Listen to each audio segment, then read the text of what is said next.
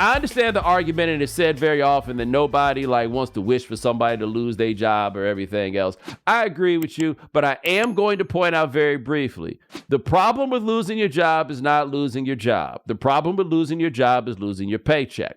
None of these people are going to be losing any paychecks that they had been promised, right? So I think to a degree it's okay to talk about these things. Sometimes people got to be fired. I've been in these situations. I've been fired a few times myself. I got to tell you, it's not really the end of the world. I know it sounds really, really terrible, right? But in terms once you figure out how to make them checks, you might miss a couple bills. You know what I'm saying? It's a little tough. Take a couple dings on the credit score. That kind of thing can happen. But if you already got a car, you already got a house, you can kind of make that, assuming you can go get another job.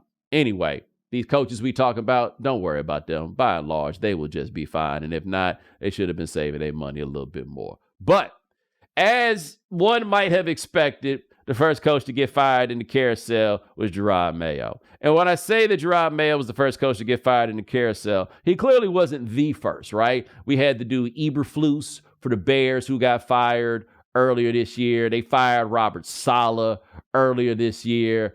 It's somebody else out here that's interim coach, and I ain't got time to remember that. But anyway, we had some people who in the course of the season got relieved of their duties. That has already happened. Before the end of the year carousel, the first one was Jerod Mayo. They fired him like when they cut people at Hard Knocks, just kind of in reverse. You know what I'm saying? When they come in the morning, and before they can even get down the hallway, somebody come put their arm around you, be like, hey, Pep, let me talk to you over here to the side for a second. You got your iPad?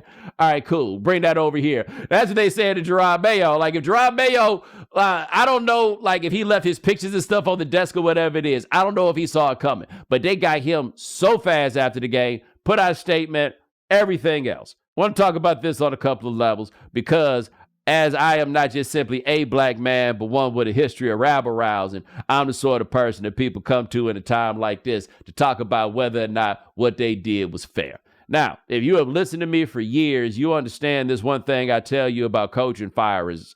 It's always very difficult if the firing itself was fair, because I could go through this league at any given times, and it has 32 teams. I could find 24 coaches for whom I could make an argument for firing them if I decided that I wanted to fire them. The reason that coaches get fired is because the owner wants to fire them. It's not necessarily about checking some boxes. It's not necessarily about whether you've accomplished this, done this, or whatever it is. What it really comes down to is a somewhat amorphous idea, and that is, does this owner want to fire you? And there could be many reasons why the owner might want to fire you. But with Jerod Mayo, clearly Bob Kraft wanted to fire him. Now, in Bob Kraft's statement, he said he's known Mayo for 17 years, and it's one of the hardest things that he's ever had to do. But clearly, he wanted to fire the man. Now, if you were to ask me, I would say that the reason he wanted to fire the man was he's probably going to hire Mike Vrabel.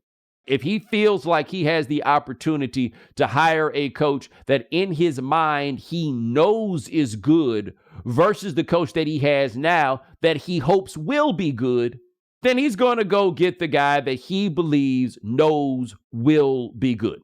Does that change the fact that it feels like our African-American brothers seem to be disproportionately members of the NFL one-and-done coaching club? No, it doesn't change that fact. Does it change this fact? And I think that this fact for me about Mayo is very important. Once you decide you're going to hire a dude like him, to me, you need to make the commitment for 2 or 3 years. You are understanding that you are hiring a guy who has never been higher ranked on a coaching staff, if I'm not mistaken, than inside linebackers coach. You know you hiring somebody who doesn't know what he's doing. You know that there is going to be a learning curve of sorts. And I think this part is very important, you know you hiring the black dude. There's not going to be but so much benefit of the doubt cut to him by fans, by media, and other folks. It's probably not going to happen. So once you decide that you're going to make this move, you need to stand 10 toes down on what it is that you are going to do. And when it looks bad at times, I don't know exactly how you own it or whatever it is, but you say, this is what we're doing. We think this is going to pay off down the line. So in order to do that, we've got to stick with this. But I don't believe that it is fair, right, appropriate, or that it makes any sense to make your decisions on a hire like him based on what you see after 1 year.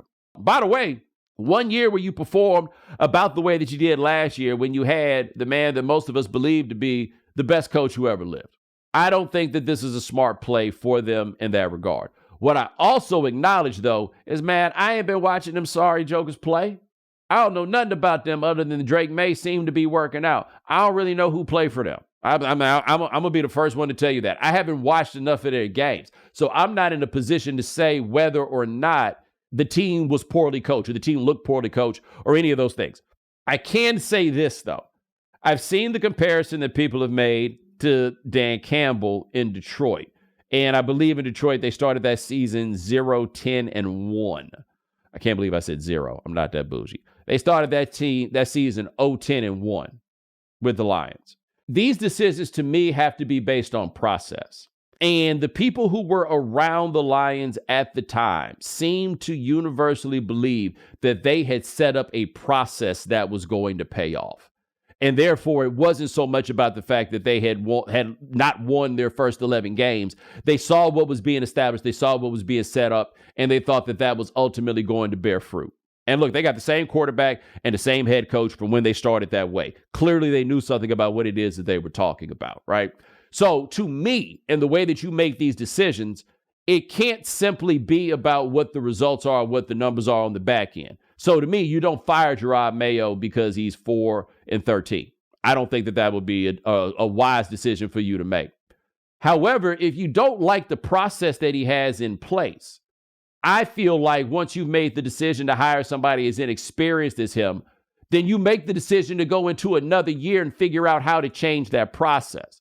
Kraft's argument is, I thought that we were going to be better this year, therefore I'm firing him. If that's what you thought or that's where you were coming from, that was stupid. And that was just a terrible thought process to have. The counterpoint to that, of course, is very simple. And let me look this up to make sure that I get the right number here. The counterpoint to that is that Bob Kraft is 83 years old. He too old to be out here talking about some process. 83 years old ain't really got no 5-year plan. Is that fair to say? Or maybe he does have a 5-year plan, right? Like maybe he think he done got the game rigged. I would just understand if 83 did not have a 5-year plan. So have they treated Mayo unfairly? It's possible, but I don't think so. Also, remember this one. Bob Kraft fired Pete Carroll after 3 years. And if I'm not mistaken, all 3 of those years, they were over 500, and then they hired Bill Belichick. Belichick started his first season, not started his first season, but he was in his first season, I believe, 6-10, and then the second season they won the Super Bowl, and the run began. Bill Belichick had 2 bad seasons, and then he fired him. I say all that to say, we don't really have any evidence, as far as I can tell, of Bob Kraft being patient with coaches. He just had a really good one for a really long time. But if you was going to make the move that you decided to make to go with Mayo, this was bad business. And I'm going to throw this out. Like, I don't think anybody's doing anything sinister here, just to be clear. The one thing that we all talk about is that it is very difficult to be the coach that replaces a legend, right? We talk about this in every sport, that it's very difficult to be the coach that replaces a legend. We've seen a lot of legends, especially in college, we've seen this, where we've seen a lot of legends move on and anoint their replacements. And a lot of those legends made the decision to do what I think they thought was the right thing to do, which is to elevate a black man to those jobs because they weren't necessarily sure that somebody else would do it. And then, it was time for that program to have one. We saw that happen in Villanova. We saw that happen at Syracuse. We saw it happen at North Carolina. Gerod Mayo is an example where, Belichick didn't elevate him, but Kraft decided that this was the time for them to make their little piece of history and everything else. And I feel like I kind of need to say, in a lot of ways, to these people who were elevating and giving these jobs to these brothers after these legendary coaches are leaving, I don't know how to say this, but somebody might need to be like, yo, thanks, but no thanks, homie. Why we got to get the hardest job you got, bruh? Like, can't you let some white man come in here and take these flames, and then I come take the job after him? You ever think about that? I understand I might sound like an ingrate, but at the same time, I'm looking at what's going on to my brothers, and it's just kind of like I'm glad the contracts are guaranteed, but we would all acknowledge this is not the greatest position for success.